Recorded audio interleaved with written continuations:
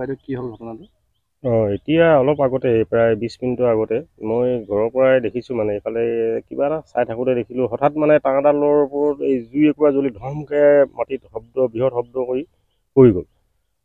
মই ভাবিছোঁ যে তাৰে পৰিলে দেখিছোঁ গৰু ছাগলীবিলাক ভিৰাই লগ মাৰিছে। তলতে গৰু ছাগলী আছিলে, কিন্তু অলপ কিবা ভাগ্য যেতিয়া তেওঁলোক বাচিছে আৰু মানে যোৱাবাৰ জুন মাহতে ঠিক এনেই ইমান পুৱা ভাগতেই এনেকুৱা অনুৰূপ ঘটনা ঘটাটো ইটো পাৰে এডাল তাঁৰ ছিগি পৰিছিলে। যে বিভাগীয় কৰ্তৃপক্ষক জনোৱা হৈছিলে, তেওঁলোকে আহি এই মেৰামতি কৰি থৈ গ'ল। সেই একেটা পোষ্টতে আৰু এইবাৰ পুনৰ আজি 2-3 দিনমানৰ পৰা এই তাঁৰডালত জুই লাগি আছিলে, ৰাতি জুইটো দেখা পোৱা যায়। আমি ভাবিছিলোঁ যে এতিয়া তেওঁলোকক জনাবলৈও আমাৰ পোনপটীয়া কোনো ব্যৱস্থা নাই।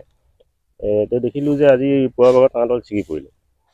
আৰু এই যিমতে পৰিছে তাঁৰডাল এইমতেতো হ'লে পথাৰত মানুহে খেতি পথাৰ কৰিবলৈকে দিগদাৰ, বা তলেদি মানুহ অহা যোৱা হৈয়ে থাকে, গৰু ছাগলী পথাৰত অনবৰত চৰিয়ে থাকে।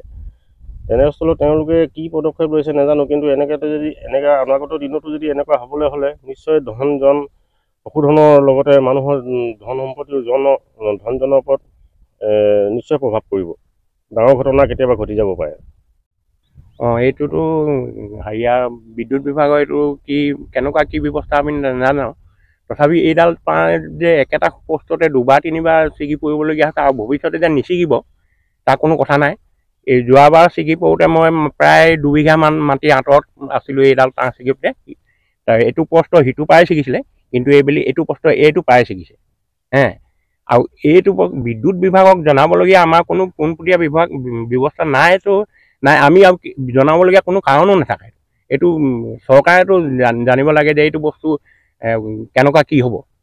যদি কেনেবাকৈ তাঁৰ ছিগিবলৈ হয় কিমান মানুহৰ অঘটন হ'ব যদি সময়ত ছিগি যায়। এতিয়া আজি ভাল মানে পুৱা ভাগতে ছিগিলে বুলিহে গৰু ছাগলী সিমান ঘৰৰ পৰা আহি পাওঁতে দেৰি হ'ল। নহ'লে উল্টা বেলা হোৱা হ'লে, যদি 2টা বজাৰ পিছত হোৱা হ'লে গৰু ছাগলী এই সময়ত এইডোখৰত ভিৰ লাগে চৰিবলৈ আহি। গৰু ছাগলী নিশ্চয় হেৰি হ'ল। কিন্তু আজি মানে পুৱা ভাগত হোৱাৰ কাৰণে মানে আমাৰ গাঁৱৰ গৰু ছাগলী ভাল বাচিলে।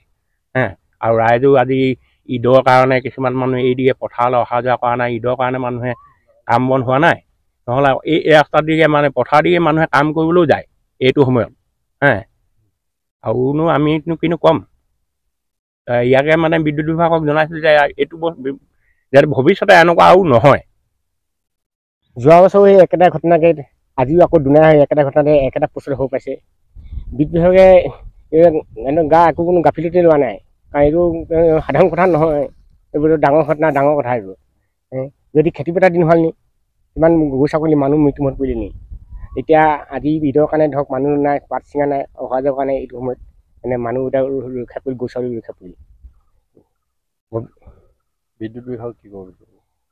বিদ্যুৎ বিভাগে কামটো ভালদৰে মানুহ ইঞ্জিনিয়াৰ মাতি নি ভালকৈ লগাই ভালকৈ চেক কৰি চাব লাগে। কামটো হুফাটিলা কৰি গুচি যায়। কামটো আকৌ নেক্সট বাৰ ঘটনা হ'ল দুনাইতে নহয়, আকৌ দুনাই আকৌ হ'ল এই ঘটনাটো। বিদ্যুৎ বিভাগে কোনো গাফিলতি লোৱা নাই।